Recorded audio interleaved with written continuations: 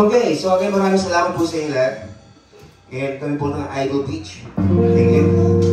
So this is our next song. Bagong kanta pa rin po namin ito at sanay abangan niyo po ito sa aming Spotify at YouTube and sa aming Facebook. Ako nasulat po ito during pandemic times. Yung naghihirap po tayong lahat. Dahil at mga Pilipino naghihirap dahil sa pandemic.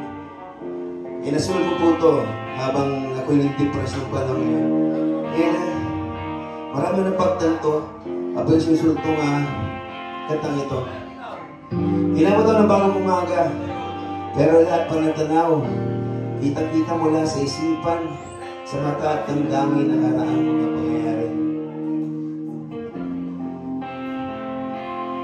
Maraming nawala, hindi dahil sa nabuhay ng buhay, kundi nagawan at pinagdamatan ng pagkakataon. Ako'y nagbibigay po kayo sa lahat ng mga naon ng mga kaibigan. Damang-dama pa rin sa aking puso, at tanong ko rin sa aking mga mata mga nangyari naman. Maraming mga kabataan na wala.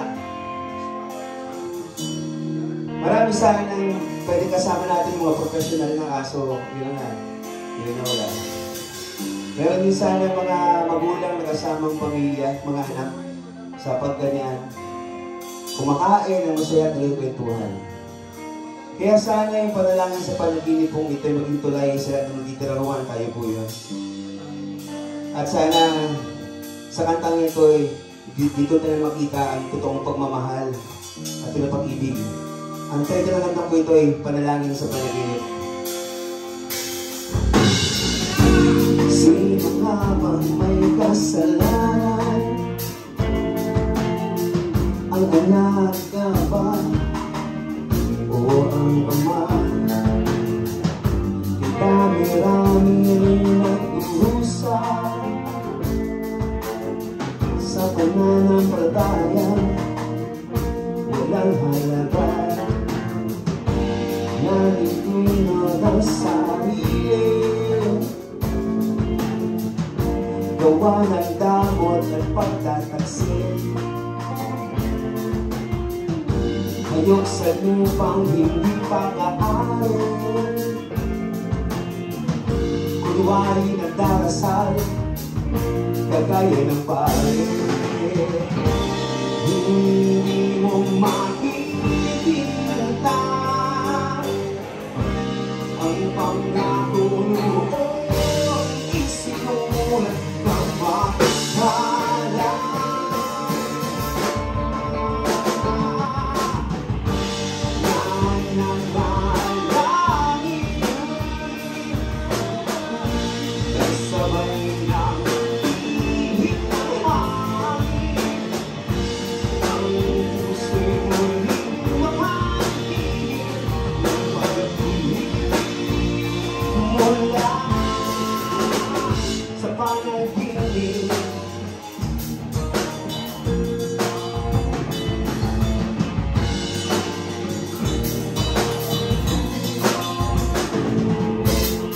Kasalanan hindi nagugunasan,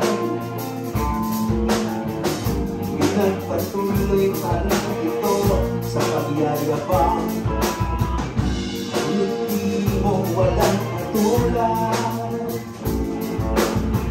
ang iyong halik ay galing kamatayan. Hindi mo makikita ang pangako mo, isinulat ng pangyayari.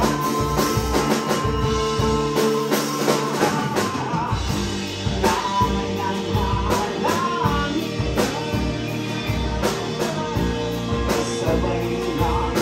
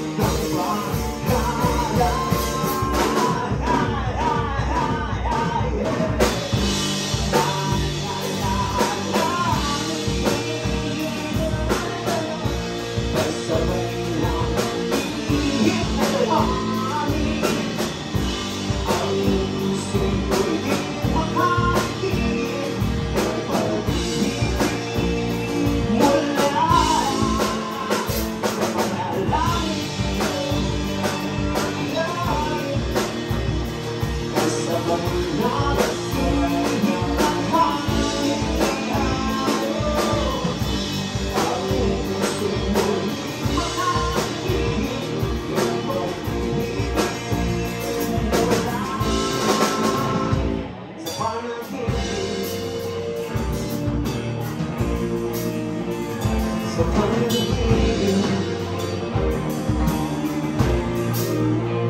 sa panaginip,